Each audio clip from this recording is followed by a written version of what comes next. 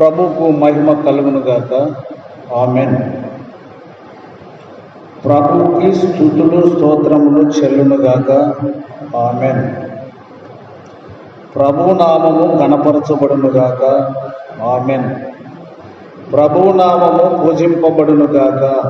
Amen. ప్రియులారా, ఈ 10వ నెల చివరి ఆదివారం, చివరి మజిలీ 10వ నెల, ప్రభు చిత్తం అయితే ఒక 7 గంటలు 7 దినాలు మన ముందుకు మరలా 11వ నెల రాబోతుంది. ఈ 10 నెలలు మనం ఆలోచించి చూస్తే జనవరి, ఫిబ్రవరి అట్లా ఏం అంత ఇబ్బంది కనపడలేదు, అంత నెమ్మదిగా ఉన్నట్టుగా ఉంది.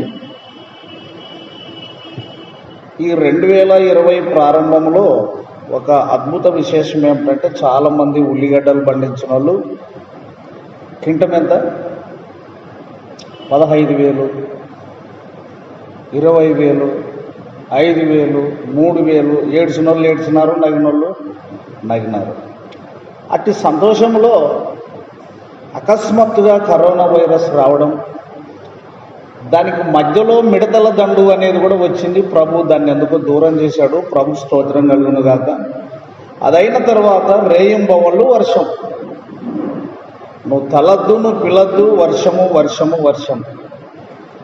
మంచి మంచి మధ్య వయసు కలిగిన వారు, యవనస్తులైన వారు, వృద్ధులు, తారతమ్యం లేకుండా చనిపోయిన వారు ఈ సంవత్సరం ఎక్కువగా వేల సంఖ్యలో చనిపోయారు. అయితే పనికి మాలిన మనం మాత్రం బ్రతికినాం. మనం ఎవరు? పనికి మాలిన వారం. భక్తుడు అంటాడు, పనికి మాలిన వాడనైనా నన్ను. పనికి మాలిన వారం. పౌలు అదే అంటాడు తన జీవితంలో, నేను నిష్ప్రయోజకుడు, నేను పనికి మాలిన వాడను, నా దగ్గర మంచిదంటూ ఏది లేదని ఆ ప్రభుని హెచ్చించాడు. ప్రభు స్తోత్రం. అట్టి వారు ఇప్పుడు లేరులేండి.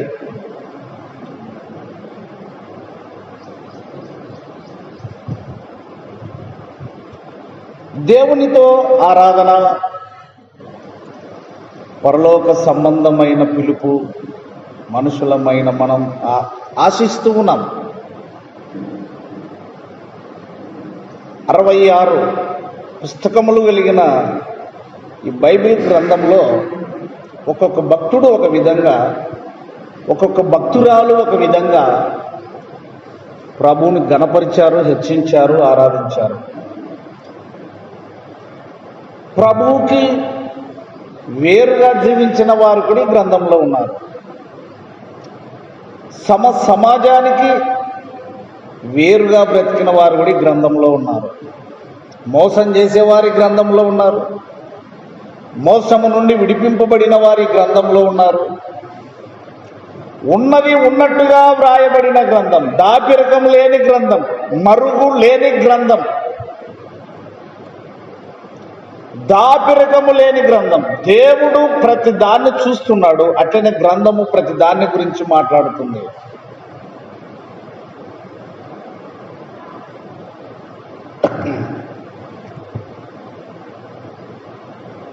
ఈ చివరి మజిలీ, చివరి ఆదివారం ఎసెప్ట్ ఇది ఇంకో పాయింట్ తగ్గి, చివరి మజిలీ మరి 11వ నెల ఎలా ఉంటుందో తెలియదు, 12వ నెల ఎలా ఉంటుందో తెలియదు. 2021 12 నెలలు ఎలా మనం ఏ పరిస్థితిని ఎదుర్కోవాల్సి ఉంటుందో తెలియదు.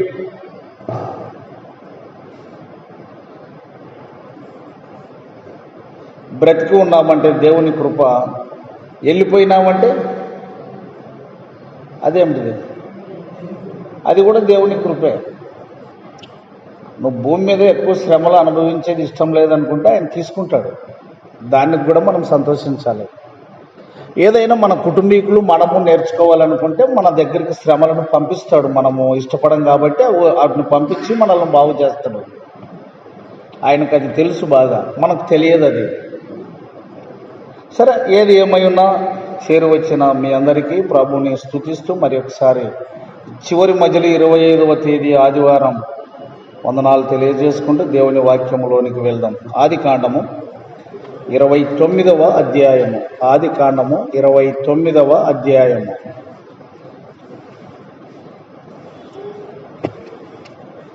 పరిశుద్ధ గ్రంథములో నుండి ఆదికాండము 29వ అధ్యాయము.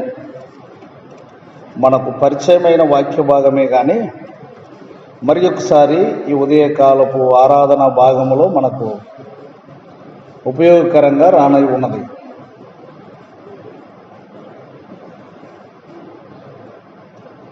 వాస్తవంగా లోకములో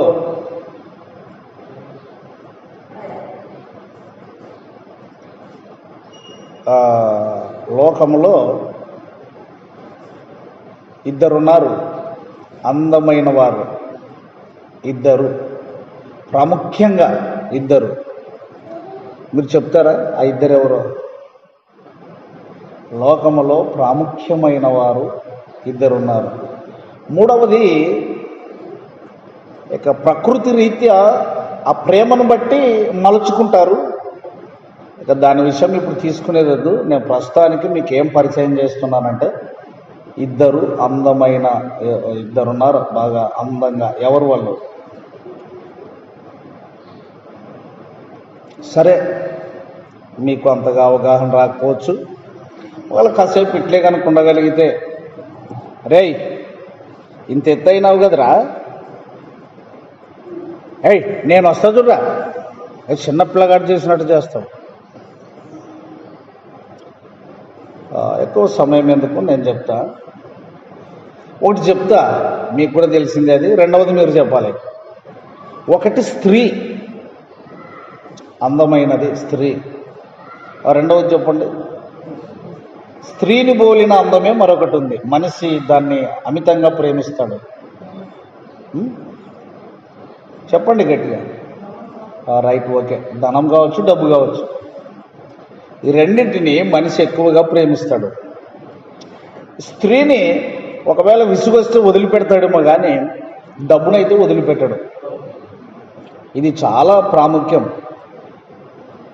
బైబిల్ గ్రంథంలో ఒక మాట ఉంది, ధనమును నమ్ముకొనివాడు పాడైపోవును లేక చెడిపోవును అని. దాంట్లో ఏడిది లేదు. మరి ఎట్టారా ఆసుపత్రికి ఎట్టుకోవాలంటే అది అవసరానికి పని పడుతుంది అంతే. ఈ లోకంలో ఉన్నంత వరకు అది పరలోకానికేమో నేను తీసుకుపోదు. నేను ఇస్తానన్నాడు, దినచర్యలో నీకు ఏది కావాలో నేను అది ఇస్తానన్నాడు.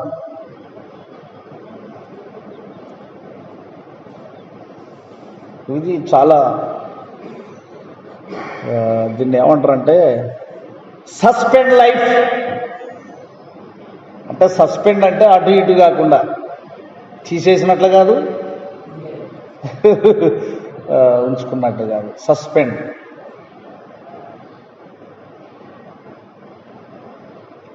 ఆదికాండం 29లో వచనాన్ని చూద్దామండి. 17వ వచనం చదువుకుందాం. 17వ వచనం అందరూ కలిసి చదువుకుందాం. జబ్బు కండ్లు గలది రాహేలు సుందరవతియు సుందరియునై ఉండెను. మరలా చదువుకుందాం.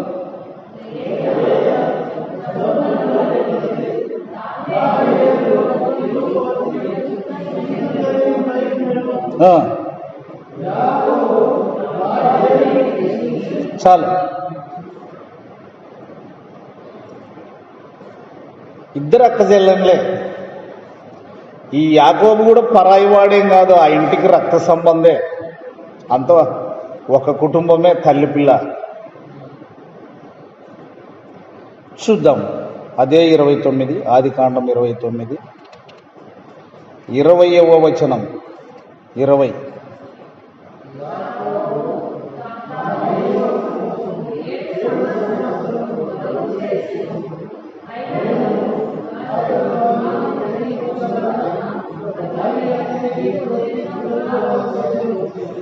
ఈ రూపాన్ని చూసి మురిసి కొంతమంది తమ రూపాన్ని తాము చూసి మురుస్తారు, ఆనందపడతారు, సంతోషపడతారు, నాలాగా ఎవ్వరు లేరు కదా అని. గర్వం ఎట్లుంటుందో మీకు తెలుసా? గర్వము ఎట్లుంటుంది? పౌడర్ కొట్టుకుంటుందా, కాటిక పెట్టుకుంటుందా, లేక మంచి బట్టలు కట్టుకుంటుందా? ఎట్లుంటుంది గర్వం?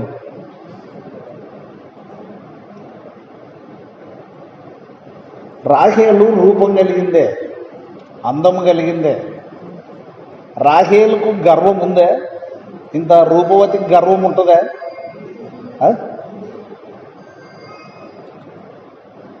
యాకోబు విషయంలో మనం ఆలోచన చేస్తే, ప్రకృతిని ప్రేమించినవాడు, బాహ్యమును ప్రేమించినవాడు, అందమును ప్రేమించినవాడు యాకోబు తన జీవితంలో అనుకున్నది సాధించే వరకు ఇడిచిపెట్టేవాడు కదా. మొండోడు, మోసం చేసైనా సరే దాన్ని సంపాదించుకోవాలా.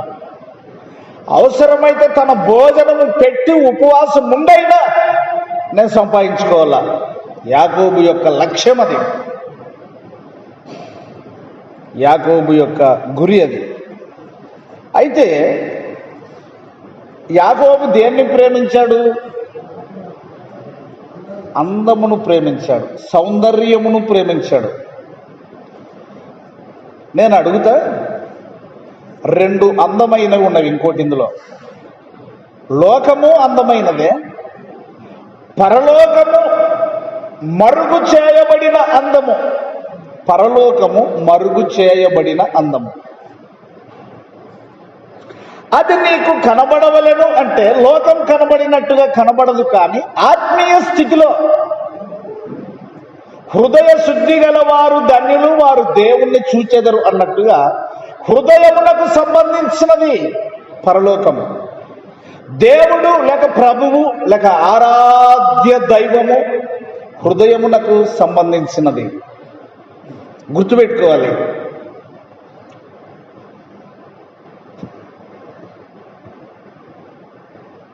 రూపమును ప్రేమించాడు.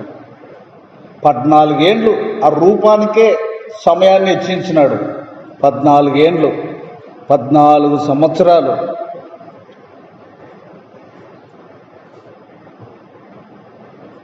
లాబాను కూడా మోసగాడే, లాబాను కూడా మోసగాడే. అందులో పొరపాటు ఏముంది? కానీ దేవుడు వెక్కిరింపబడడు, మనుషుడు ఏమి విత్తునో మాట్లాడుకున్నాలి బాగా. ఉదయకాలము వచ్చినాము. మరి మనుష్యుడు ఏమి విత్తునో ఆ పంటనే కోయును. యాకోబు మోసాన్ని విత్తుకున్నాడు, అదే కోసుకుంటున్నాడు. యాకోబు రాహేలుని ప్రేమించినా వాళ్ళ మామ దగ్గర గాసం ఉండడానికి ఖచ్చితంగా రాహేలునే ఎన్నుకొని 7 ఏళ్ళు గాసం చేస్తానని చెప్పిన వాళ్ళ మామ లాబాను కపటముగా మాటిచ్చాడు. చెయ్యి దొర, నువ్వు దొర అంటారు కదా, మామ వర్ష ఇట్లా ఉన్న వాళ్ళని ఏమంటారు చెప్పుకుంటారు కదా, అట్లా చెయ్యి దొర, సరేలే చెయ్యి నీకేంటి కదా, ఏమ్మా లే సంగతి కించిత్తు మాట్లాడలేదు. అయితే చివరి 7 సంవత్సరాలు అయిపోయినాక నా భార్యను నాకు అప్పగించు అన్నప్పుడు లేయాను అప్పగించాడు. ఆయనకున్న తొందర, ఏమరపాటు, ఆ ప్రేమ, అందము, ఆ మైకం, అది ఆ మైకం. ఒక మాటతో చెప్పాలంటే మైకం. సంసోను దెలీలా విషయంలో మైకంలోకి వెళ్ళిపోయాడు. దావీదు భక్తుని విషయంలో ఆలోచన చేస్తే ఉరియా భార్య విషయంలో మైకం ఎక్కింది. మైకం. అందుకే ఒక సామెత ఏముందంటే, కామానికి కళ్ళు లేవు అని. కళ్ళు లేవు దానికి. సరే, యాకోబు కొద్దిగా తెల్లగా అయ్యే ముందు ముఖం చూడాలనిపించింది. ఎవరిది? రాహేలుడి. ఎవరు కనపడ్డారు? జబ్బు కళ్ళు ఆమె కనపడింది. రాసంతో వచ్చినాడు వాళ్ళ మామ దగ్గరికి. ఏం పోయి, మామ ఇంత మోసమా, ఇంత అన్యాయం ఆ పిల్లగానే చేసేది, నేను చేసింది ఎవరి కోసము, ఏంది ఇట్లా చేసినావంటే ఆయన అన్నాడు, మా దేశపు మర్యాద అది కాదు, పెద్దదాన్ని పెట్టుకొని చిన్నదాన్ని ఇస్తే తర్వాత ఎవరు చేసుకుంటారు, నీకేమైంది, ఎవరికో ఇచ్చే బదులు మరి 7 ఏళ్ళు కొలువు చేయి, ఆమెనే నీకు ఇస్తాను, నెమ్మదిగా చల్లనీళ్ళతో గొంతు కోసినట్ల. ఎట్లా కొంతమంది చల్లనీళ్ళని కూడా ఉప్పుకొని తాగుతారంట. ఉప్పు అని లెక్కకి ఏ నీళ్ళని ఉప్పుకొని తాగల, కానీ చల్లనీళ్ళని ఉప్పుకొని తాగుతారంటే వాళ్ళు ఎంత న్యాక్ ఉంటుందో వాళ్ళ దగ్గర, ఎంత పరిస్థితి మెజర్మెంట్ లెక్క ఉంటుందో వాళ్ళ దగ్గర. లాభాన్ని చిన్నగా గోతిలోకి దింపేశాడు. అయితే ఈ సిచ్యువేషన్లో మనం గ్రహించవలసినది ఏమిటి? ఆదికాండం 29 చూడండి, 30.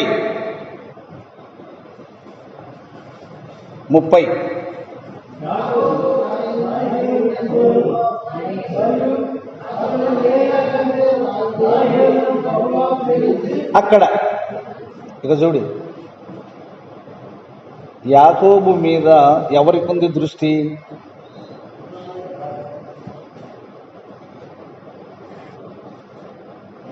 యాకోబు మీద దృష్టి ఎవరికి ఉంది? సృష్టికర్త అయిన దేవునికి ఉంది. దేవునికి ఉంది. యాకోబుని ఏమన్నాడంటే నా జ్యేష్ఠ కుమారుడు అన్నాడు.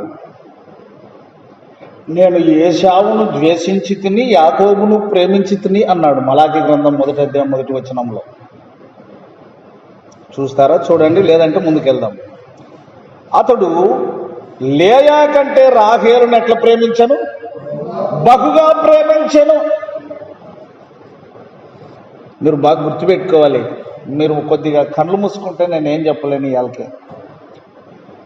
నేను బస్ గేర్లో రాత్రి ఖచ్చితంగా 4 గంటలకు లేచిన, బండికి హార్మోన్ పెట్టి అన్నీ కట్టుకొని సిద్ధమై వస్తుంటే రస్తలోనే నిద్ర వస్తుంది. ఈ దరిదాపు 20 రోజులు నాకు నిద్ర సరిగలేదు. మరి ఇప్పుడు పెట్టాలనుకుంటే కూడా కూరుపాట్లు పట్టినా.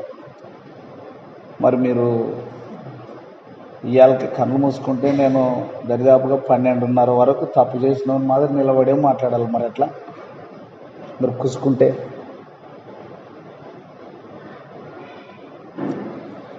లేయా కంటే రాహేలును బహుగా ప్రేమించాను. ఆగుదాం.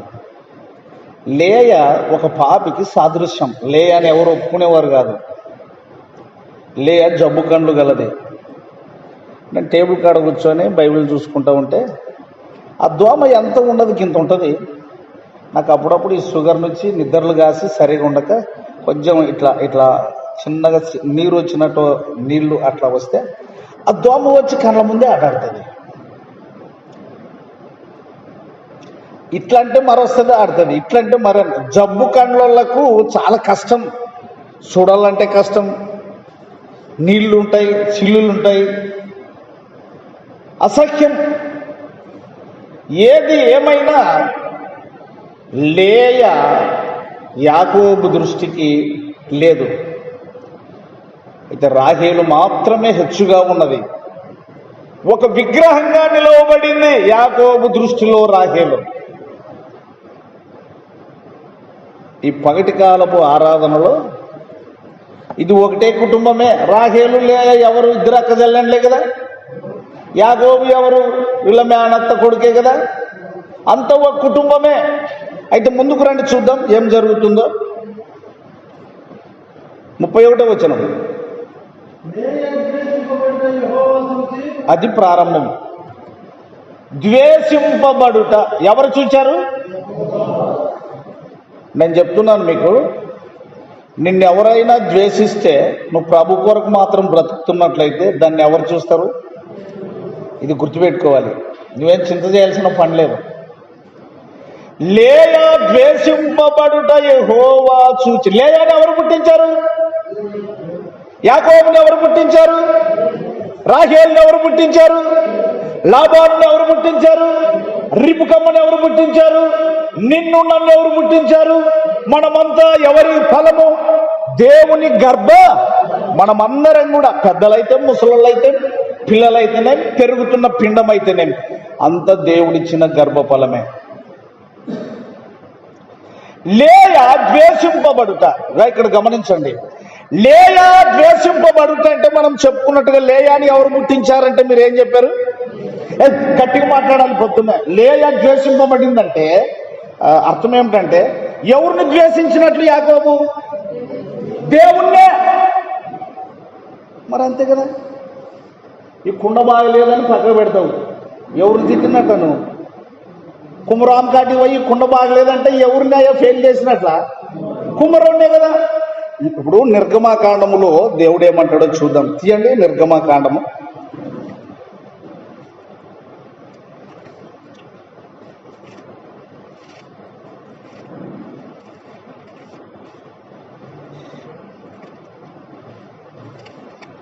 నిర్గమాకాండము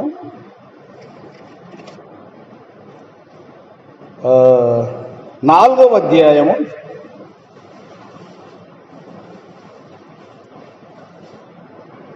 10 నుంచి రండి, అందరూ చదవండి దయచేసి.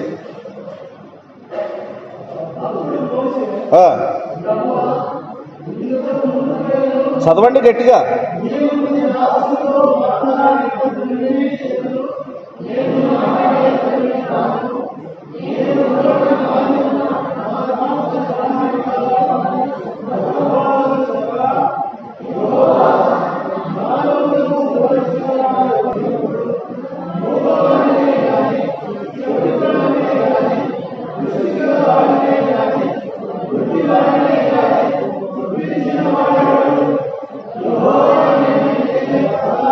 చాలు. మోషేతో దేవుడే సాక్ష్యం పలుకుతున్నాడు, ఇట్లా పుట్టించింది నేనే అని. లేయా ద్వేషం, అందుకే లేయా ద్వేషింపబడుట ఎవరు చూచెను?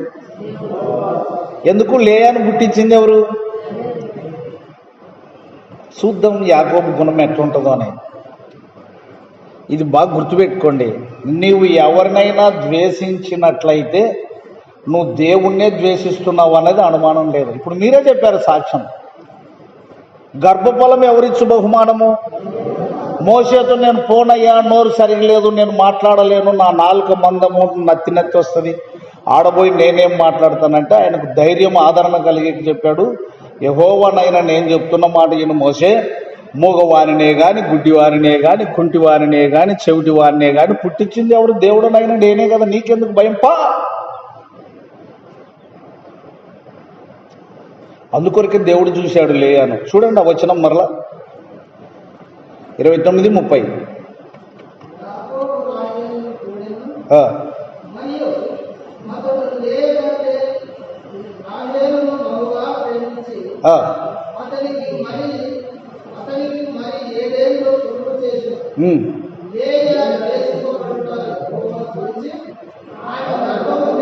అట్లా ఆగుదాం. ఆరాధన వర్తమానం అయిపోయే వరకు ఇది గుర్తుపెట్టుకోండి మీరు. లేయా ద్వేషింపబడుట ఎవరు చూచెను? చాలా జాగ్రత్త. నేను ఇప్పుడే కూడా చెప్తున్నా, తర్వాత కూడా జ్ఞాపకం వస్తే చెప్తున్నాను. ఏ సేవకుడు నీ కొరకు రక్తం కార్చిన వాడు, ఏ సేవకుడు తన మహిమను వదిలిపెట్టి, అంటే తన ఘనతను మర్యాదను వదిలిపెట్టి నీ దగ్గరికి వచ్చినోడు లేడు. ఒక సృష్టికర్త అయిన యేసు ప్రభు తప్ప. నీ హృదయములో యాకోబు వలె అందం కాదు ఉండాల్సింది, లోక చమత్కారం కాదు ఉండాల్సింది. చాలా జాగ్రత్త. ఒక అమ్మ ఎవరినైనా ద్వేషించినావు అంటే, అయ్యా ఎవరినైనా నువ్వు ద్వేషించినావు అంటే దేవుడు చూస్తున్నాడు అన్న సంగతి మర్చిపోవద్దు. నేను ఇంకో మాట చెప్తున్న ఈ సందర్భంలో, సంఖ్యాకాండం చూడండి 12వ అధ్యాయము.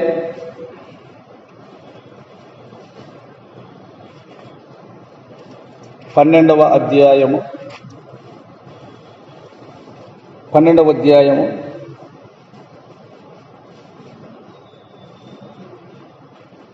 అందరూ తీసుకోండి, అందరూ చదువుదాం బాగా. ఆయన ఏమంటున్నాడో చూద్దాం. మొదటి నుంచి రండి ఓపికతో. మోషే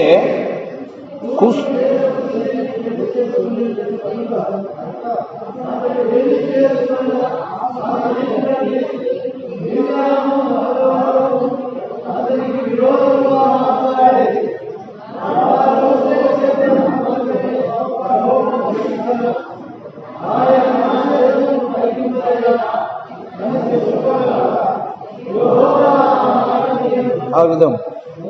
చాలు.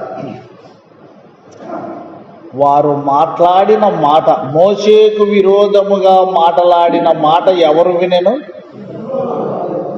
లేయా ద్వేషింపబడుట ఎవరు చూచెను?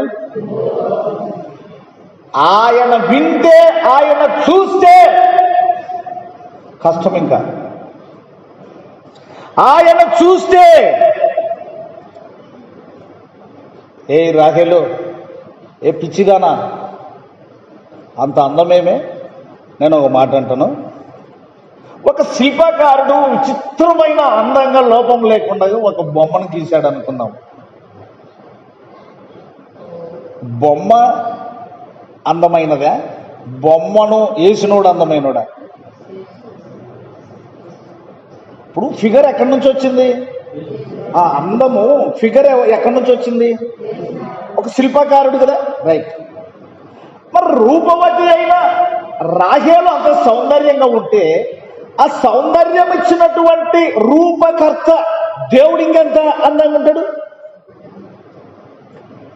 మత్తయి సువార్తలు అంటాడు, మార్కు సువార్తలు అంటాడు, లూకా సువార్తలు అంటాడు, నేడుండి రేపు పొయ్యిలో వేయబడు అడవి పువ్వును లేక అడవి గడ్డిని దేవుడు ఇలాగూ అలంకరించిన ఎడల, దేవుడు మంచి శిల్ప నిపుణుడు.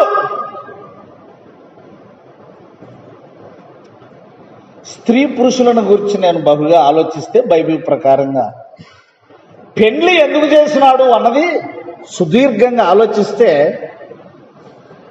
దేవాది దేవుడు ఎంత జ్ఞానం కలిగిన వాడు అని చెప్పక తప్పదు.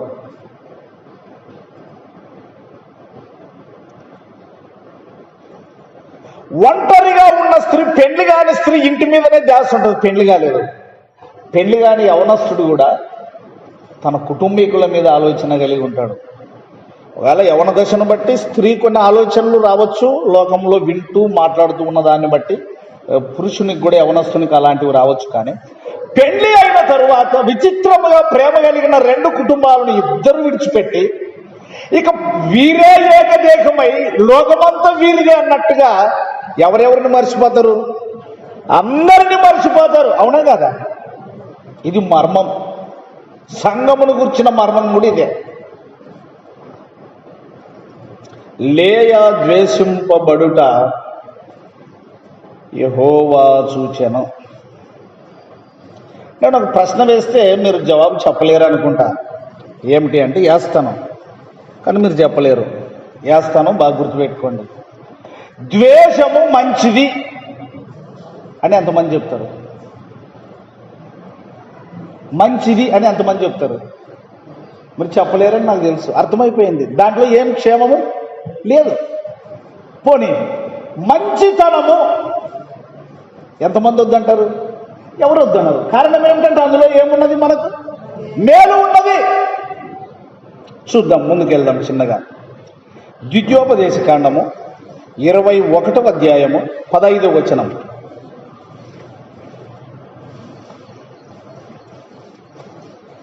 ద్వితీయోపదేశ కాండము 21వ అధ్యాయము 15వ వచనము.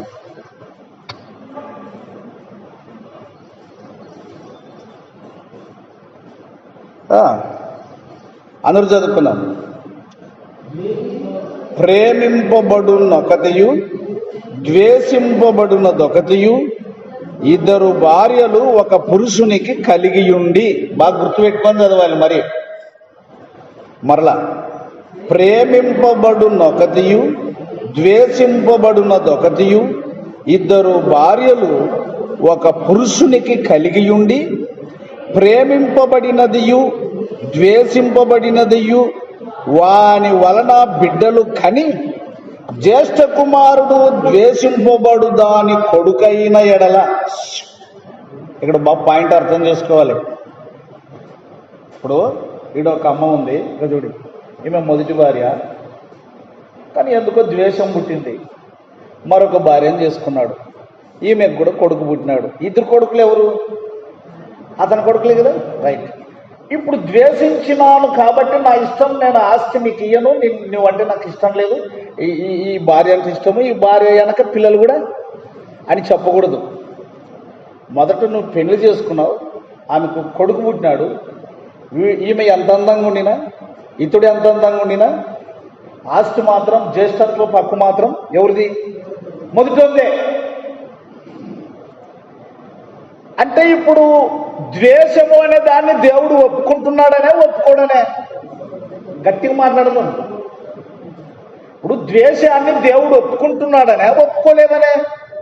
లేయా ద్వేషింపబడి ఎవరు చూసిరి? యాకోబు ద్వేషించుట ఎవరి యొక్క నిర్మాణమును లేక ఎవరి యొక్క నిర్మాణము, ఒక మాటతో చెప్పాలంటే శిల్పి, అంత ఒకటే.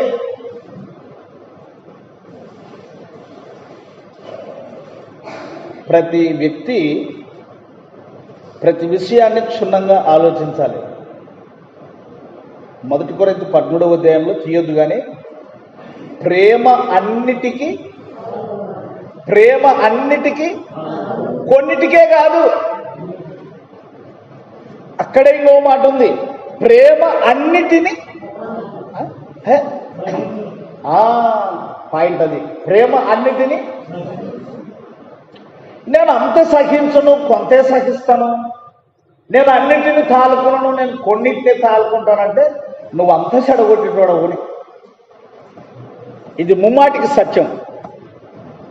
సరే, మళ్ళీ మనం 21 ద్వితీయోపదేశకాండం 21:15 చదవండి గట్టిగా. నొకతియు ద్వేషింపబడినదొకతియు, 2 భార్యలు ఒక పురుషునికి కలిగి ఉండి ప్రేమింపబడినదియు ద్వేషింపబడినదియు వాని వలన బిడ్డలు కని ఎడల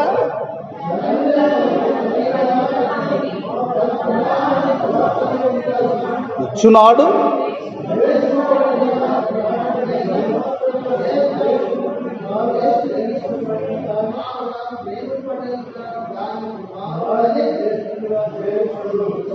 ఆగుదాం. అంటే చిన్న భార్య ఇష్టము, చిన్న కొడుకే ఇష్టము అని పెద్దోన్ని తీసేసి, ఎందుకు తీసేస్తాడు చెప్పండి? వాళ్ళమ్మంటే ద్వేషం, ద్వేషము అంటే ఏవగింపు. ఇంకా చూస్తాను, లేకుంటే లేదు, ఉంటే ఉండు, లేకుంటే పా. మీకు బాగా అలవాటు ఉన్నట్టండి. అందరిని పొద్దుముకులు ఇదే పని మీద ఉన్నారేమో మీరు. చాలా మంచిది. ఉంటే ఉండు, లేకుంటే పా. అదే అన్నమాట. కనుక నీవు మొదట చేసుకున్నావు కనుక తల్లిని బట్టి కొడుకు మీద కూడా ప్రేమ ఎట్టుంటుంది? ఇప్పుడు తల్లిని ద్వేషించినాక తనకు పుట్టిన పిల్లల్ని ఎలా ప్రేమిస్తాడండి? ప్రేమిస్తాడా, ద్వేషిస్తాడా? తల్లికి ఏ చూపు ఉంటుందో పిల్లలకి అదే చూపే చూస్తావు. అందుకు ఏమంటున్నాడు అక్కడంటే 17వ వచనం, ద్వేషింపబడిన దాని కుమారునికి తన తండ్రి రెట్టింపు భాగము, వీడు వాని బల ప్రారంభము గనుక జ్యేష్ఠాధికారము వీనిదే. ఎవరిది? ద్వేషింపబడు దాని కొడుకుదే. సరే, నేను మీకు క్లియర్గా ఇప్పుడు చాలా వరకు అర్థమైందని నేను నమ్ముతున్నా. యాకోబుకి 2 భార్యలు, రైట్. లేయా ఎంత ద్వేషింపబడినా మొదటి భార్య కదా, దాన్ని ఎవరు తీసేయలేరు కదా, ఎవరు కొట్టేయలేరు కదా. పోనీ ఇంకా వీరిద్దరూ దేవుని పిల్లలే అయినా, లేయా రాహేలు దేవుని పిల్లలే అయినా, రెట్టింపు చూపు ఎవరి మీద ఉంది? దేవునికి లేయా మీదనే ఉంది. కారణం ఏమిటంటే లోకము ద్వేషిస్తుంది.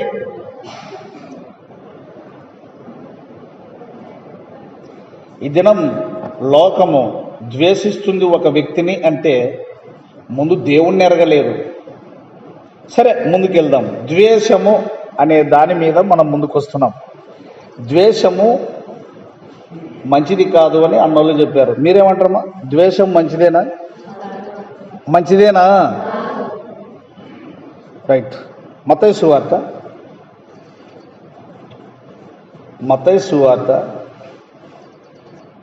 6వ అధ్యాయము. అందరూ చాలా ఓపికతో వినాలి విషయాలు. మత్తయి సువార్త 6వ అధ్యాయము 24వ వచనము అందరం కలిసి చదువుకుందాం. 6:24.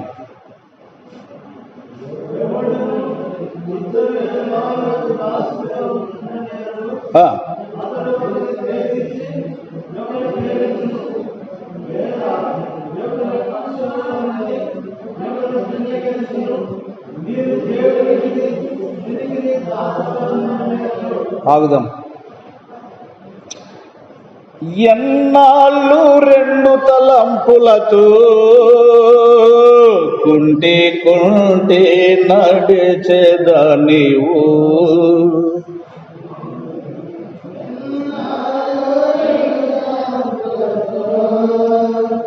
కుంటే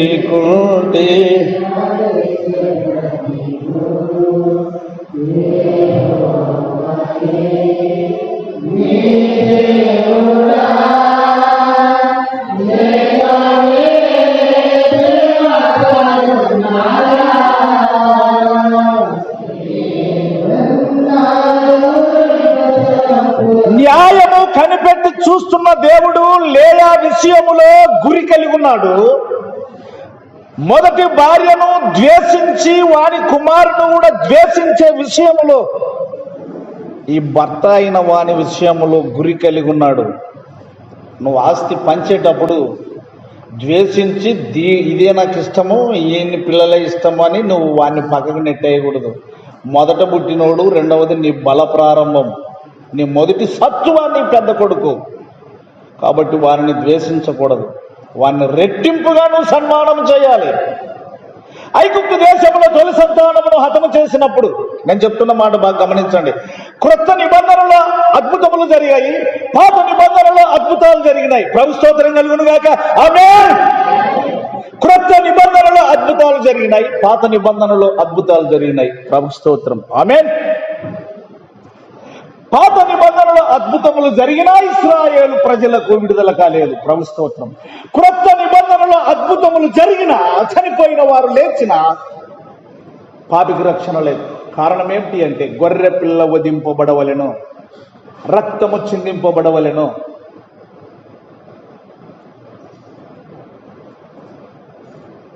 గొర్రె పిల్ల రక్తము వాకిలి నిలువు కమ్ములకు పుయ్యాలి ఇశ్రాయేలీయులు. ఆ రాత్రి మరణ దూత ఐగుప్తు దేశంలో ప్రతి ఇంటిలోనికి ప్రవేశించి వారి తొలుతూలు సంతానమును నాశనం చేస్తాడు. మరణమునకు భయపడి ఇశ్రాయేలు వారి నిలువు కమ్ముల మీద, వారి ఇళ్ల మధ్య ఆ వాకిటికి రక్తము లేకపోతే మరణదూత అందులో కూడా ప్రవేశిస్తుంది.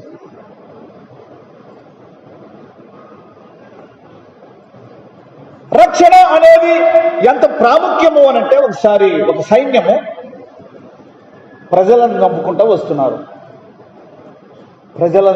వస్తున్నారు. ఆ ఊరు నాశనం అయికుంటూ వస్తుంది. ఒక ఇంట్లో కొంతమంది ఉన్నారు, కుటుంబీకులందరూ.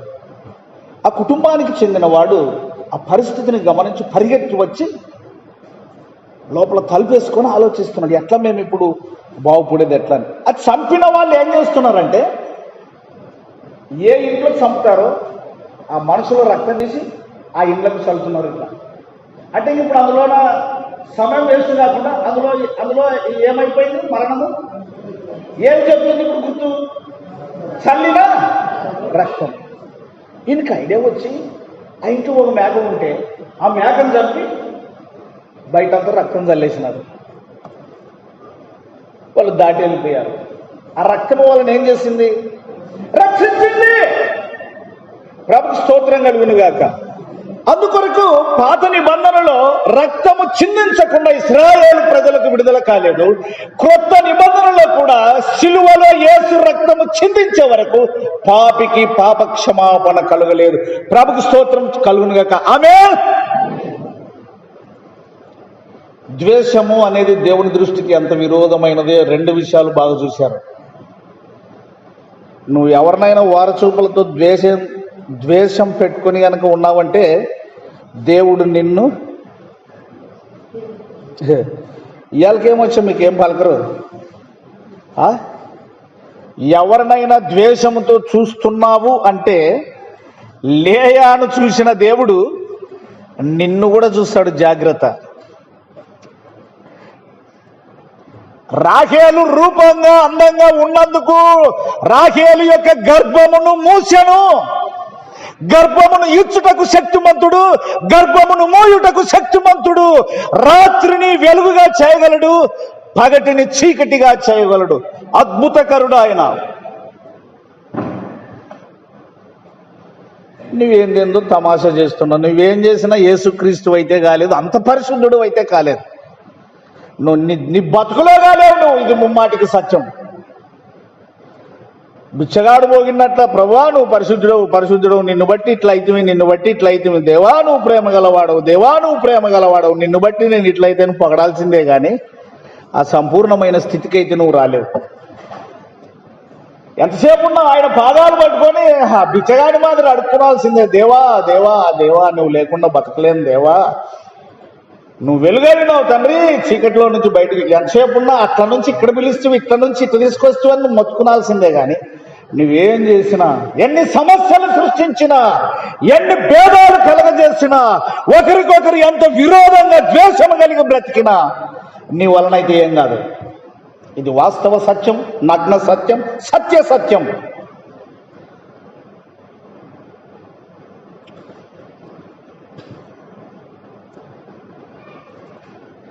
ఒకడు ఇద్దరికి దాసుడుగా ఉండడు. ఉండే అనుకో, ఒకరిని ద్వేషిస్తాడు, ఒకరిని లేక ఒకరిని ప్రేమించి ఇంకొకరిని ఎన్నిక లేకుండా చేసుకుంటాడు. కాబట్టి దీన్ని బట్టి మనకి ఏమర్థమవుతుంది అంటే ద్వేషము సరి, ద్వేషము సరి.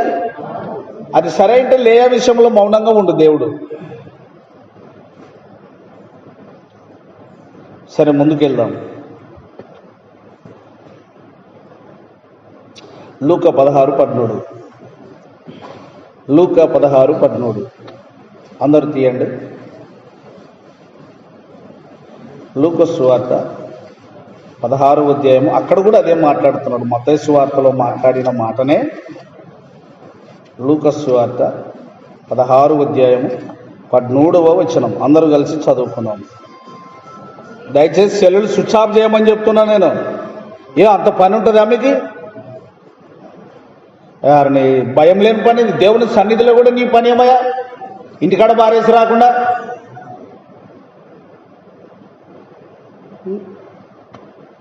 చదవండి. ఏ సేవకుడును ఇద్దరి యజమానులను సేవింపనేరడు.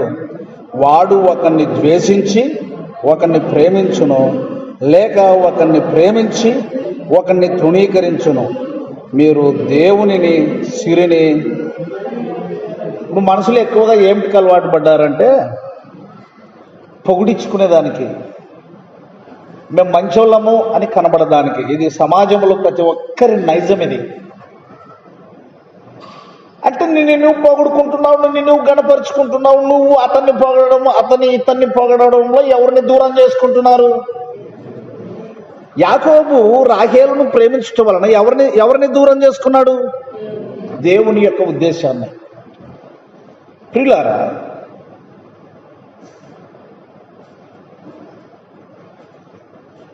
దేవుడు కలంకము లేనివాడు, కల్మషము లేనివాడు, నిర్మలమైన వాడు, అనంతుడు, అమరుడు. నువ్వేం చేసినా అమరుడవు కాలేవు, నువ్వేం చేసినా అనంతుడవు కాలేవు, నువ్వేం చేసినా నీ మత్సర బుద్ధిని పోగొట్టుకోలేవు. ఇప్పటి వరకు అవే ఉన్నాయి, ఆ జాతకమే ఉంది.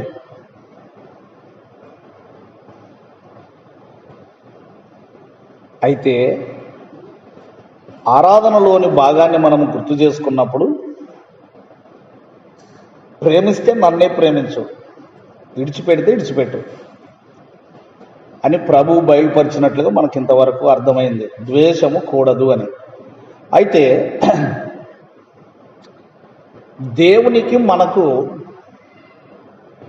అడ్డముంది, దేవునికి మనకు అడ్డముంది. చూద్దాం ఒక మాట. అపోస్తుల కార్యం చూడండి, 10వ అధ్యాయము. శ్రద్ధతో వినాలి. అపోస్తుల కార్యము 10వ అధ్యాయము. నేను చాలా నిదానంగా మీకు రెఫరెన్స్లు చెప్తున్నాను, మీరు చూస్తే మంచిగా ఉంటుంది.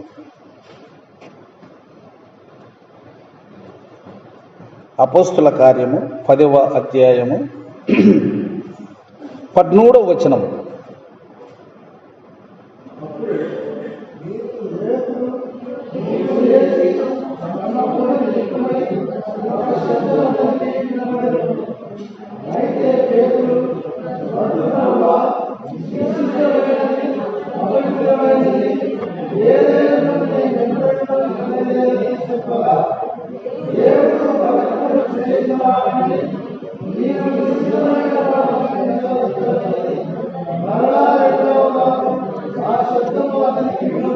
ఆగుదాం.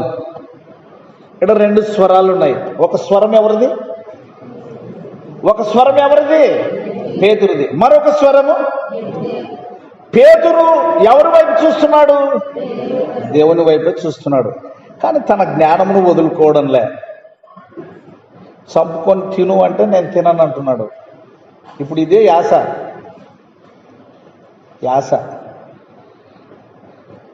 ఇర్మియా భక్తునితో అంటాడు, యాస మాటలు పలికే జనుల దగ్గరికైనా పంపిస్తే వాళ్ళు వింటారు, కానీ వాళ్ళ దగ్గరికి పంపను. నా పేరు పెట్టుకున్న ఇశ్రాయేలీల దగ్గరికే నువ్వు పోవాలని చెప్పాడు. సరే, మిద్దె మీద ఈ తర్కం జరిగింది. దేవునికి పేతురుకు ఈ సంభాషణ జరిగింది. ఏమప్ప ఇది అని ఆలోచన చేస్తున్నాడు. ఎవరు? పేతురు. ఎక్కడ? మిద్దె మీద. అప్పుడు దేవుని ఆత్మ ఏం చెప్తుందో చూద్దాం. చూడి 17వ వచనం, 10-17 చదవండి అందరూ.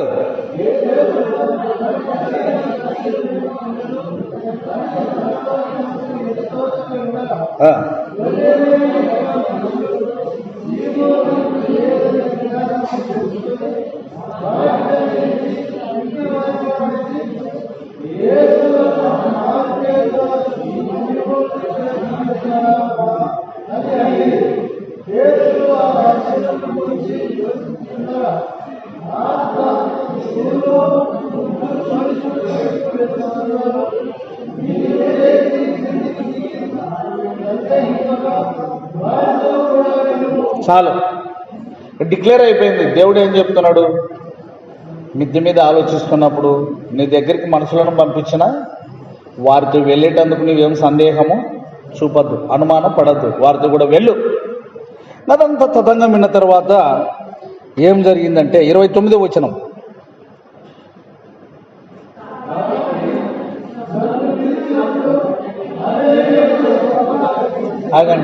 ఆగండి. నేర్చుకొని బాగుపడేటోళ్ళు ఇట్లుంటారు. పేతురు కూడా మనిషిగాడా? పేతురు మనిషిగాడా? దేవుడు మనిషా నీ మాట వినడానికి? ఎంత జ్ఞానం ఉన్నా నువ్వు దేవుడా? ఎంత జ్ఞానం ఉన్నా నువ్వు దేవుడా? అరే అర్థమైందా లేదా? అర్థమైతే గట్టి. నీకు ఎంత జ్ఞానం ఉన్నా, ఎంత పరిశుద్ధుడన్నా నువ్వు దేవుడా? చెడిపోయినావు. ఆరాధన అంటున్నావు, ఆరాధన లేదు. ఏ ఆరాధన? సత్యంతో కూడిన ఆరాధన లేదు. అంత నీ సొంత తీర్మానంతో ఆరాధన. అంత నీకు నీవే డిసైడ్ చేసుకున్నావు. ఇట్లుంటే బాగుంటుంది, అట్లుంటే బాగుంటుంది.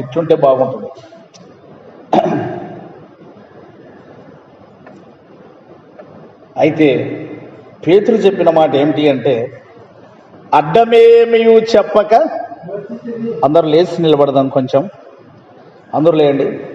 సిలువలో బలి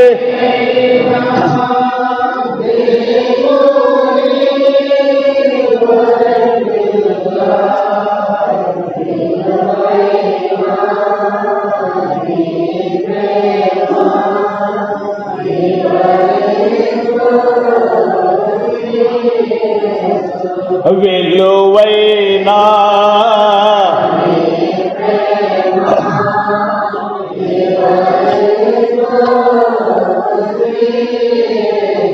ఆనాటి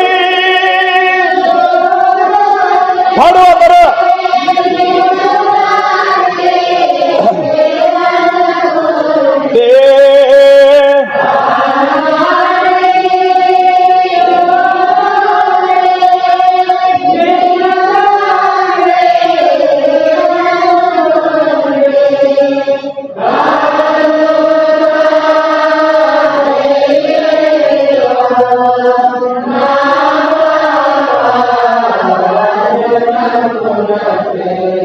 భక్తుని ఆలాపన ఏమిటంటే ఎవరో చంపినా అనుకునేది కాదు, నా పాపాలే నిన్ను చంపినాయి అని పశ్చాత్తాపడి ఒప్పుకుంటున్నాడు. కూర్చుందాం. సిలువలో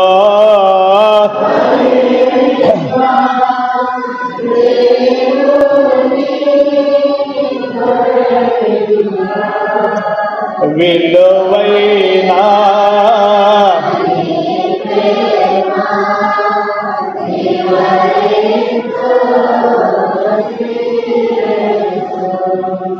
విలువైనా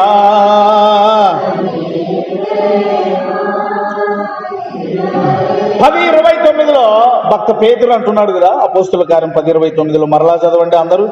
కాబట్టి నన్ను పిలిచినప్పుడు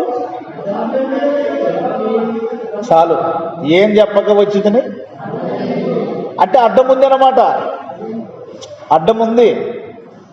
అడ్డమున్నాక సమస్యనే. అడ్డమున్నాక మనుషులమంతా మనము అన్ని అడ్డాలు పెట్టుకునేటోళ్ళమే. లైన్ క్లియర్ చేసుకునే మన చేత కాదు. ఎందుకంటే చెడిపోయిన వాళ్ళం, బాగులేని వాళ్ళం, రోత హృదయం కలిగిన వాళ్ళం, నీతిమంతుడు ఒకడు లేడన్న జాబితాలో నిలిచిన వారం. అయితే ఆ దర్శనము ద్వారా ఈ అడ్డాలు, అడ్డగోడలు, నిలువు గోడలు ప్రభువు పటాపంచలు చేశాడు పేతురు దృష్టిలో. అందుకొరకే అన్యుడైన కొర్నేలి ఇంటికి పేతురు రాగలిగాడు.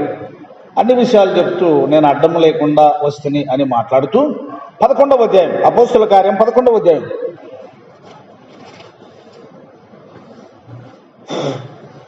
అపోస్తుల కార్యం 11వ అధ్యాయము 17వ వచనం చదవండి.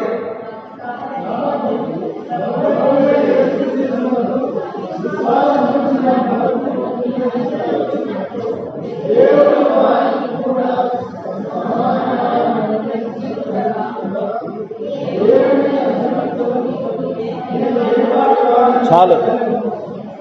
ఆడ వచ్చిన సమస్యను బట్టి పేతురు మాట్లాడుతూ, సంఘముతో పెద్దలతో మాట్లాడుతూ, అన్యజనులైన వీరు కూడా ఆయన యందు విశ్వాసం ఉంచుటకు దేవుడు ద్వారం తెరిచి ఉండగా, దేవుడే ద్వారము తెరిచి ఉండగా దానిని అడ్డగించుటకు నేనెవరిని? ఈ జ్ఞానం నీకున్నదా? ఈ వివేచన నీకున్నదా?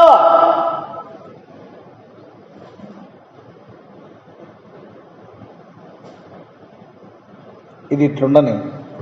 ఇర్మియా 14:10 చూడండి.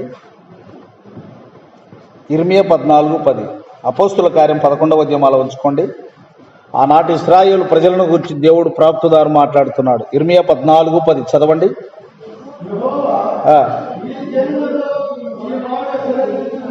ఏమని? అబ్బా, ఇప్పటికీ ఉన్నారండి. బైబిల్ పట్టినట్లే ఉంటుంది, యేసును పొగిడినట్లే ఉంటుంది, యేసును స్తుతించినట్లే ఉంటుంది, అన్ని అడ్డగోడలే. అందుకే ఇర్మియాతో అంటున్నాడు, ఈ ప్రజలు తమ కాళ్ళకి ఏమి లేకుండా, అడ్డము లేకుండా నడిచేవారు. అంటే అద్దు లేని వారు అని, భయం లేని వారు అని. అప్పుడప్పుడు అంటుంటారు ఇంట్లోన,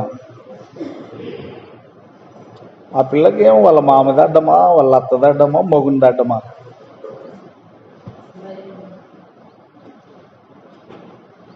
అందుకనే అపోస్తుల కార్యం 11వ అధ్యాయంలో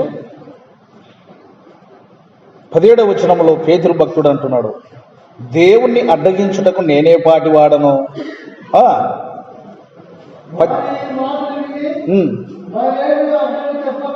ఏమి చెప్పక? అడ్డము చెప్పక. నీకు ప్రభువునందు పాప క్షమాపణ పశ్చాత్తాపం దొరికి ఉంటే, ప్రభువు నీకు అర్థమై ఉంటే, ఇక అడ్డ ప్రశ్నలు ఉండడానికి వీల్లేదు. అవి ఉన్నాయి అని అంటే నువ్వు ప్రభువుని ఎరగలేదని అర్థం. చూద్దాం ఇంకా కొంచెం ముందుకి.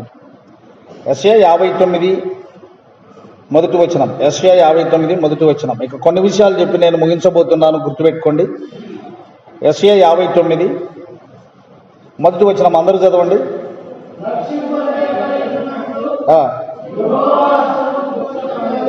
ఇంకా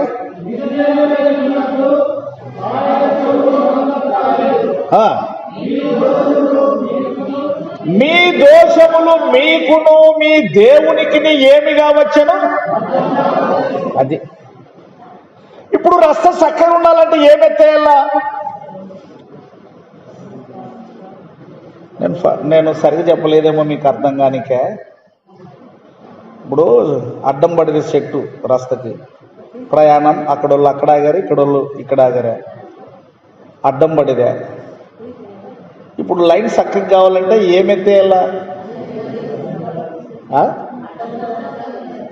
అడ్డము ఉన్నదాన్ని ఏం చేయాలా? అది సంగతి. మరి ఎవరు తీసేయాలా? మీ దోషములు మీకును మీ దోషమునకు మీకును మీ దేవునికి ఏమి కావచ్చను? బాగా వినండి, ఏమి కావచ్చను? ఏమి కావచ్చను?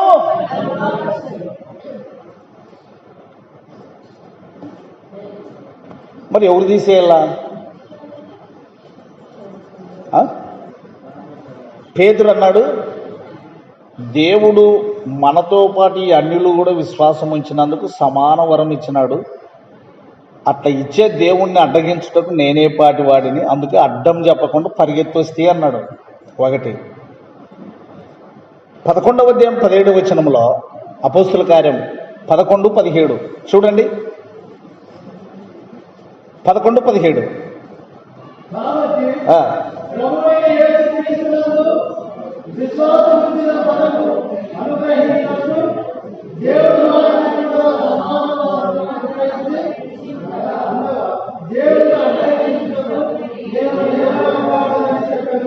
ఎవరిని అడ్డగించుటకు? 18లో ఏమంటున్నారు వాళ్ళు?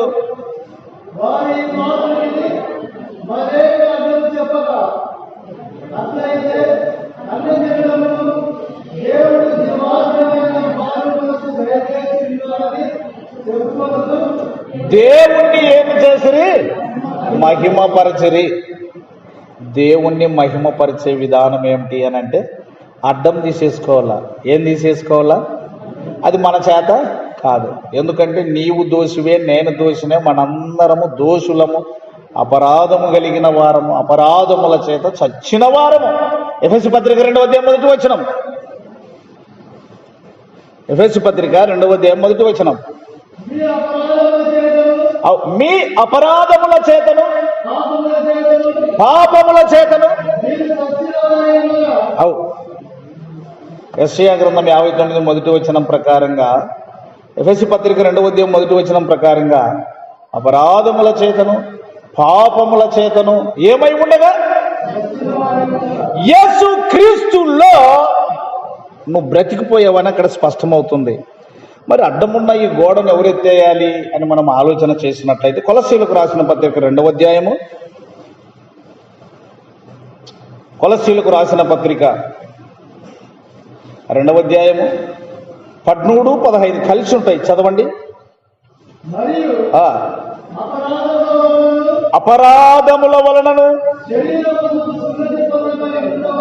యున్నుట వలనను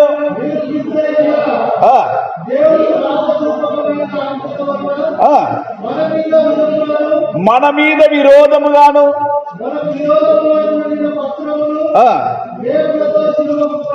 మేకులతో సిలువకు కొట్టి, అంటే సిలువను మోసి సిలువలో ప్రాణము పెట్టి అని అర్థము. దాని మీద చేవ్రాతను తుడిచివేసి అడ్డము లేకుండా ప్రభు స్తోత్రం. ఆగండి. అడ్డుగోడలను ప్రభు ఏం చేశాడు? ఏం చేశాడు? అది చదువునైనా మళ్ళీ ఏమంటున్నాడు?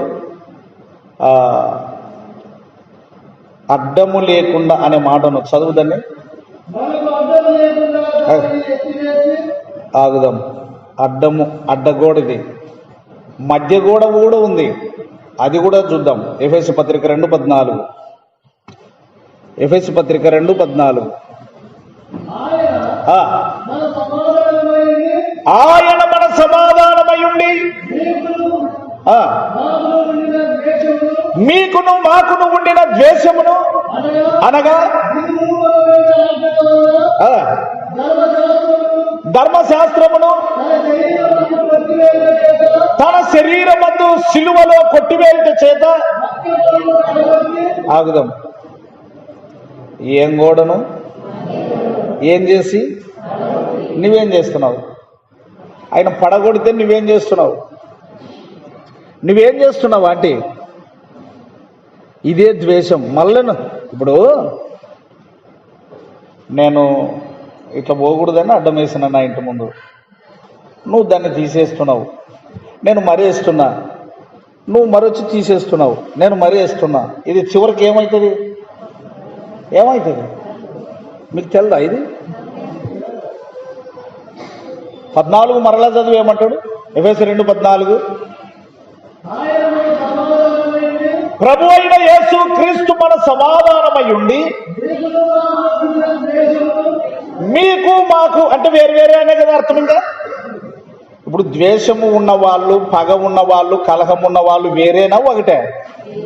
అరే ఏమొచ్చింది? ఇప్పుడు పగ, ద్వేషము, కలహము, కొట్లాడే వాళ్ళకు అంత ఒకటేనా? వేరే కదా? కలుస్తారా? మీకును మాకును ఉండిన ద్వేషమును, ఇంకా చదువు, అనగా విధి రూపకమైన ఆజ్ఞలు గల ధర్మశాస్త్రమును తన శరీరమందు కొట్టివేయుట చేత మధ్య గోడను పడగొట్టి, మన ఉభయులను ఏమి చేశాను? ఏం పడగొట్టి? అడ్డము లేకుండా దాన్ని ఏం చేశాను? ఎత్తివేశాను. కొలసీలకు రాసిన పత్రిక 2వ అధ్యాయంలో 12 నుంచి 15 వరకు చదువుకున్నాం. అడ్డము లేకుండా దానిని ఎత్తివేశాను. ప్రియ దేవుని బిడ్డలారా, ద్వేషము వలన ఎవడు విజయము పొందలేడు. ద్వేషములో ఉన్నదంతా పగ, ఈర్ష్య, కక్ష, ద్వేషము, అసూయ, నెమ్మది లేనితనం, సమస్యలు ఎక్కువ అవుతాయి కానీ శాంతి ఉండదు.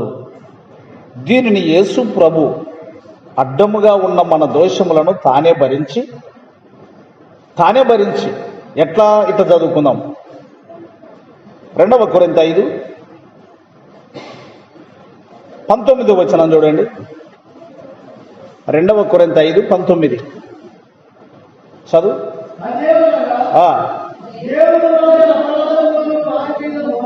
అది ఎత్తివేయుటంటే మన దోషములన్నీ ఆయనే మోసుకున్నాడు. వారి అపరాధములను వారి మీద, అది దేవుని ప్రేమ, అది దేవుని ఆశీర్వాదం. ఆయన ఎత్తివేయడానికి శక్తిమంతుడు గనుక వచ్చాడు. వారి అపరాధములను వారి మీద మోపక, మన అపరాధములను మన మీద మోపక, నీ దోషమును నువ్వు మోసినా కూడా న్యాయం కాదు. నా దోషముల శిక్ష నేను మోసినా కూడా న్యాయం కాదు. అది పరిశుద్ధుడే మోయాలి. ఆయన రక్తము ద్వారానే కడగబడాలి. అందుకు 103వ కీర్తన 10వ వచనం కూడా అదే మాట ఉంది. చూడి, 103వ కీర్తన 10వ వచనం. 103వ కీర్తన 10వ వచనం. మన పాపములను బట్టి మనకు ప్రతీకారము చేయలేదు.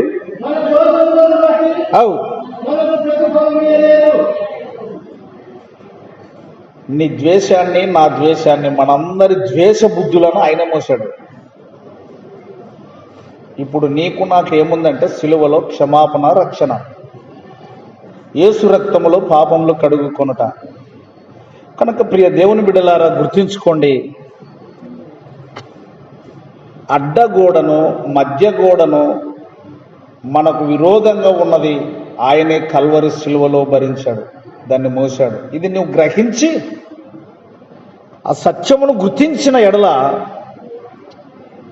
నువ్వు చక్కగా ప్రభువుని ఆరాధించగలవు, ప్రభు బిడ్డవు కాగలవు. ఇంకా గోడలు, ద్వేషము, మధ్య గోడలు ఉండగలిగితే అది ప్రభుకు మహిమకరమైన ఆరాధన కాదు. నేను ఒక మాట అడుగుతా, సత్యం అడ్డం ఉంటుందా లేక దారి చూపిస్తుందా? మీకు తెలిసిన భాషలో చెప్పండి అన్న. సత్యం అడ్డం ఉంటుందా, దారి చూపిస్తుందా? యేసు ప్రభు మరి ఏమి? సత్యమే కదా, మార్గమే కదా. నేనే మార్గము, నేనే. ఉదయకాలం ఇంతమంది చేరొచ్చారు. నీలోన అడ్డుగోడ ఉందేమో చూసుకో, మధ్య గోడ ఉందేమో చూసుకో, ద్వేషం ఉందేమో చూసుకో, అందంగా కనపడేటోళ్ళని ప్రేమించి బాగలేని వాళ్ళని విడిచిపెట్టే లెక్క ఉందేమో చూసుకో.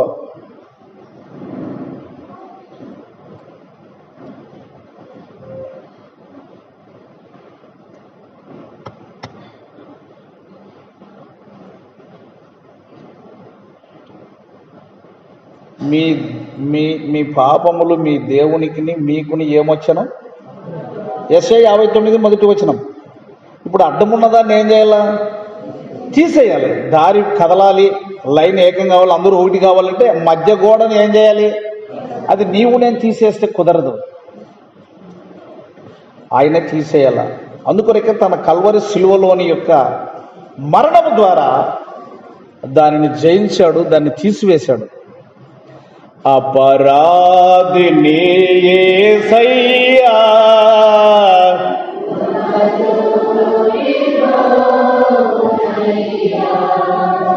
అపరాధి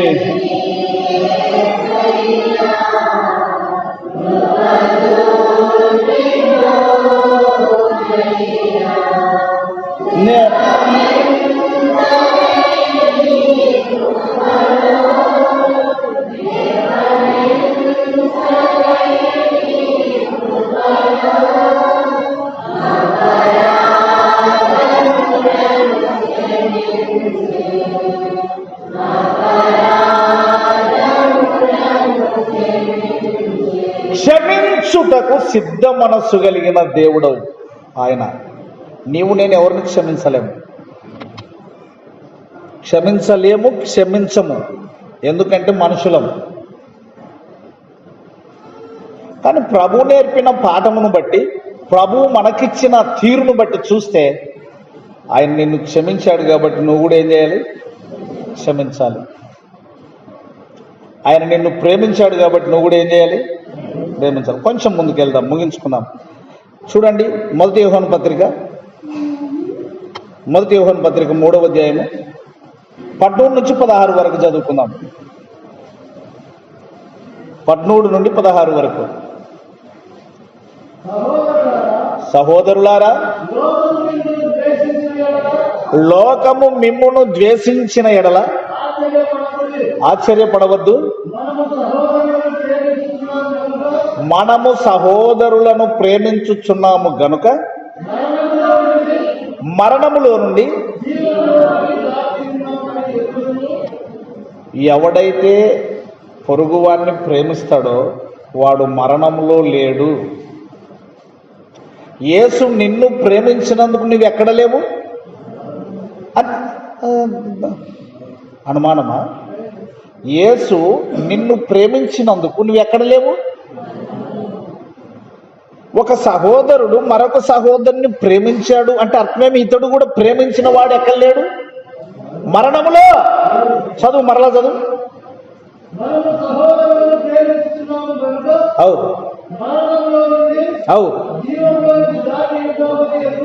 ఇంకా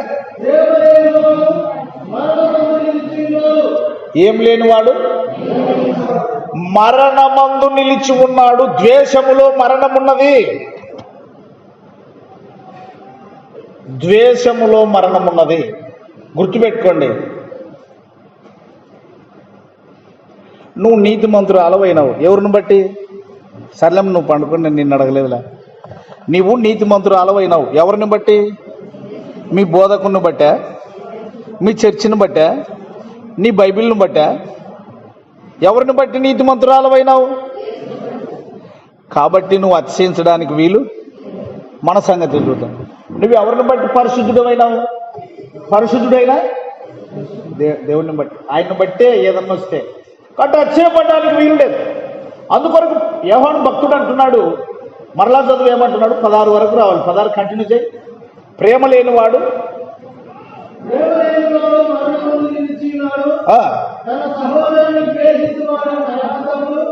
ప్రేమించువాడా? తన సహోదరుని ద్వేషించువాడు ఎక్కడున్నాడు? నరహంతకుడు. ఇంకా ఏమంటున్నాడు? ఏ నరహంతకుని యందును నిత్య జీవము. అదే మొదటి యోహాను 20:27 చూడండి, ముగించుకుందాం. అదే మొదటి యోహాను.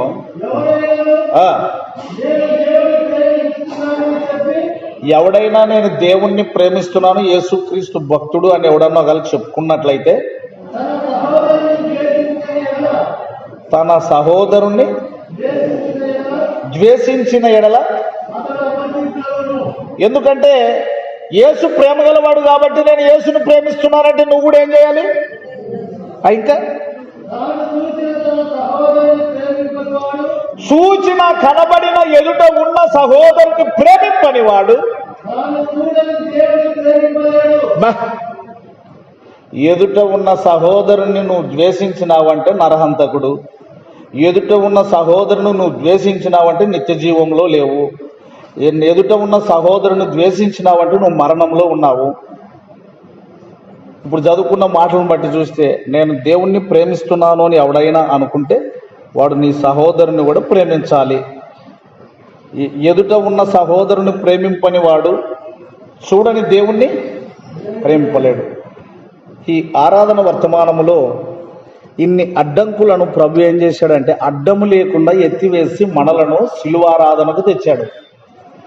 ఆరాధన ఆరాధన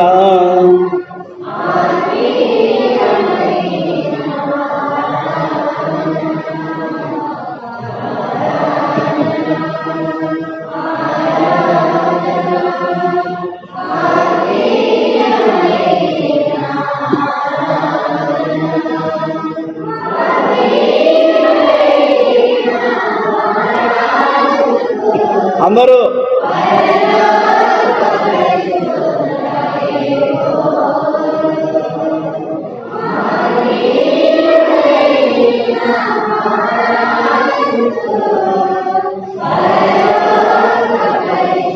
అట్లా వచనం ఎత్తుకో, అందరూ పాడండి.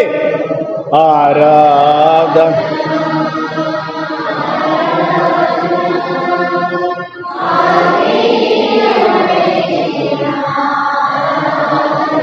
వచనము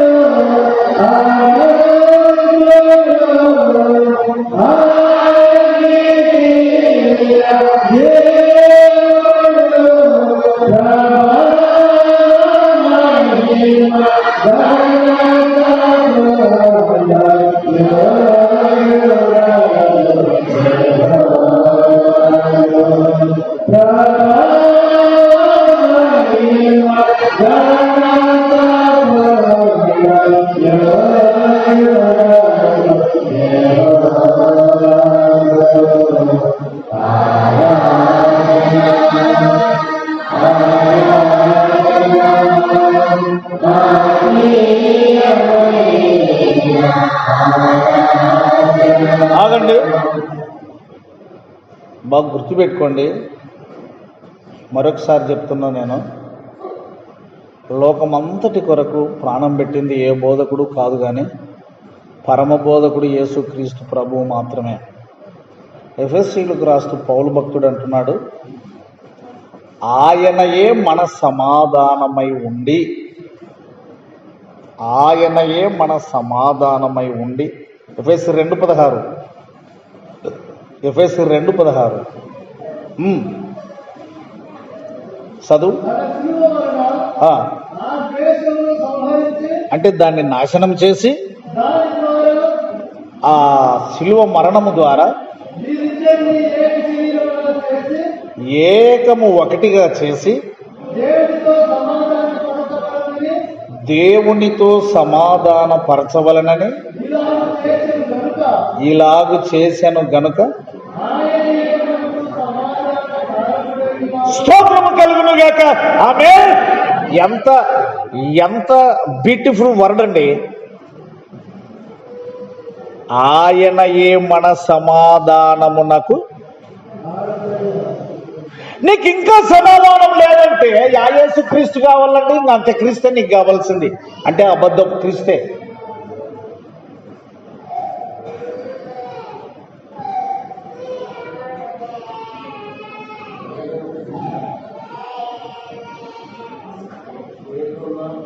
ఆయనయే మన సమాధానమునకు. ఒక చిన్న మాట, హెబ్రీయులకు రాసిన పత్రిక 3వ అధ్యాయం 2వ వచనంలో ఏమంటాడంటే, అతడు సమాధానపు రాజు. హెబ్రీయులకు రాసిన పత్రిక 3వ అధ్యాయము 2వ వచనం నుంచి చదువు.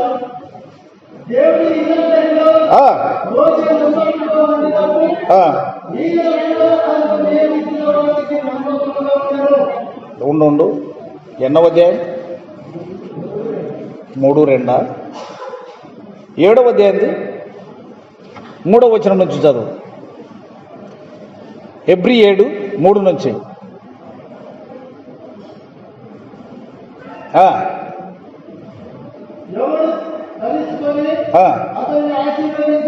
చదువు.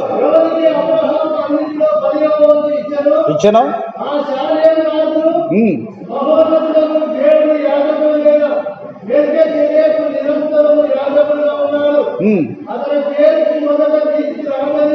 నీతికి రాజనియు. ఏ రాజు అమ్మ? ఏ రాజు? ఎఫెసు 2:16 చదువుకున్నాం. ఆయనయే మన సమాధానమునకు కారకుడై ఉన్నాడు. ఎందుకు అనంటే అడ్డమున్నవన్నీ తీసేసినాడు ఆయన, లింకులన్నీ తీసేసినాడు, చీకటి గుణాలన్నిటినీ తీసేసినాడు ఆయన. ఇప్పుడు నీవు నేను మనందరం ఆయన మీద వరగబడవలసిన వారం, ఆయన మీదనే ఆనుకోవలసిన వారము.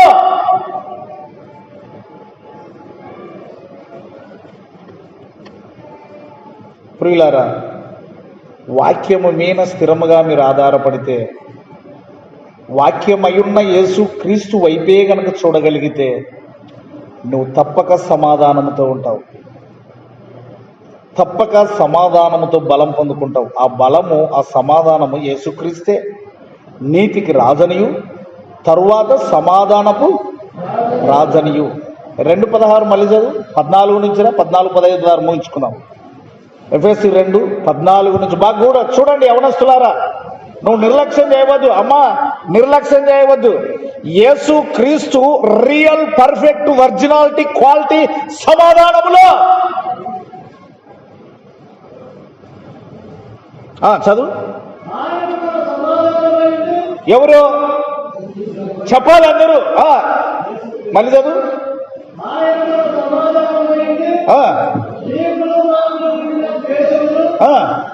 అనగా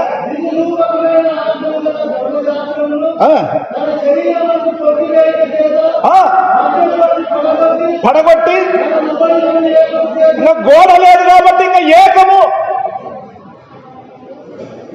గోడ ఉంటే అవతలే ముందుకురా.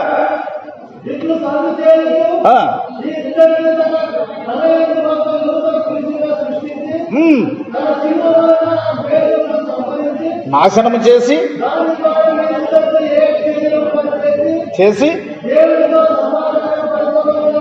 దేవునితో సమాధాన పరచవలనని చేసను గనక.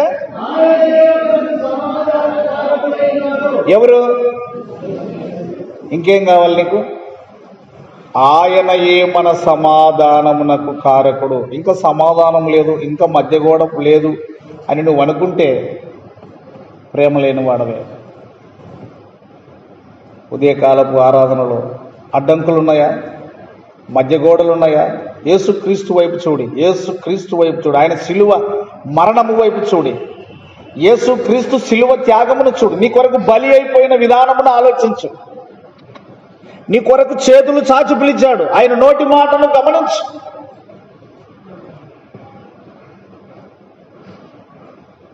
యేసుక్రీస్తు లేని వారికి సమాధానం ఉండదు, ఏం చేసుకున్న సమాధానం ఉండదు. ఇది ముమ్మాటికి సత్యము, నేను అనుభవిస్తున్న సత్యము, బైబిల్ చెప్తున్న సత్యం. ఎందుకో జ్ఞాపకం వస్తుంది. కొలస్సీ 3:15 చూడి, అందరు చూడండి, అందరూ చదువుకుందాం. అందరూ చదువుదాం చివరి మాటగా. కొలస్సీ 3:15 ఎంత శ్రేష్టమైన మాట.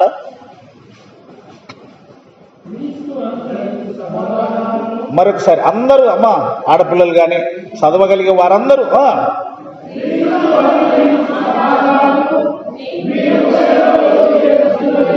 మరలా చదవండి.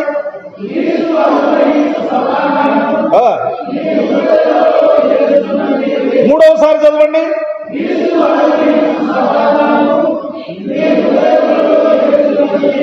అంటే నిన్ను ఏది పరిపాలించాలి?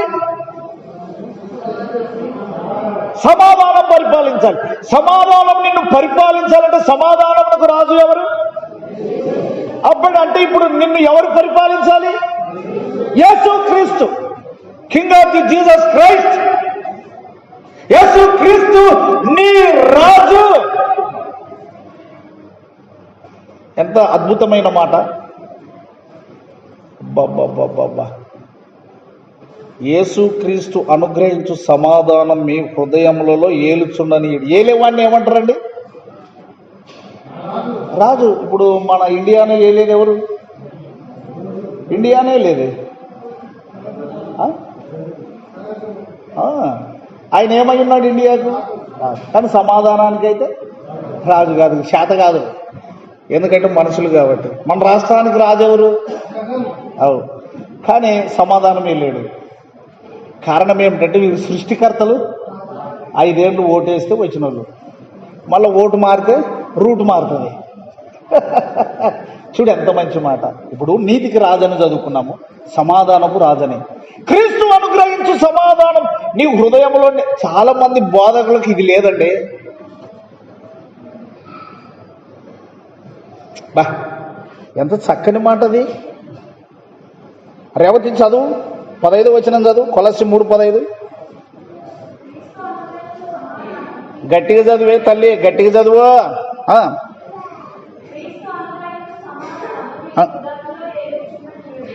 సమాధానం నిన్ను పరిపాలించాలి. సమాధానం నీకు రాజు కావాలి. సమాధానం నీకు రాజు కావాలి. ఆ రాజే సమాధానపు రాజు. ఆ రాజే యేసు క్రీస్తు. డైనమిక్ వర్డ్, వెతికితే దొరకదు లోకంలో నీకు.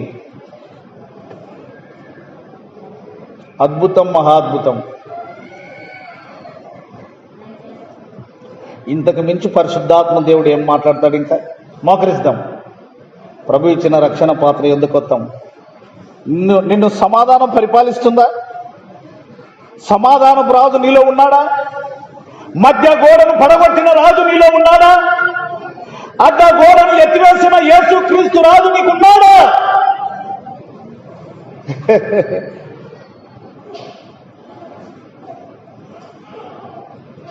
అబ్బాబ్బాబ్బాబ్బా, వర్ణించలేమండి దీన్ని. ఓ భక్తుడు అన్నాడు, కొనియాడి పాడి కీర్తించి వర్ణించేదనిను నా ప్రభువా. కొనియాడి పాడి కీర్తించి వర్ణించేదనిను నా ప్రభువా. చిన్న పిల్లోని మాదిరి అంటున్నాడు, కానీ ఏం వర్ణిస్తాడు? అంటున్నాడు తాళలేక, ఆ పిచ్చికి, ఆ ప్రేమకు, ఆ సంతోషానికి, ఆ ఆనందానికి అవధులు లేకుండా ఓలగా ఆ స్పిరిట్ కి ఉండలేక ఉక్కిరి బిక్కిరై అంటున్నాడు. కొనియాడి పాడి కీర్తించే వర్ణించేదాన్ని నా. ఏం వర్ణించలేవు, శాత కాదు. ఏ 1, 2, 3 బా. అట్టి సమాధానకరమైన ప్రభు మనకు దొరికినందుకు ప్రభు స్తోత్రాలు. స్తుతించి ఆరాధించుదాం, మోకరిద్దాం.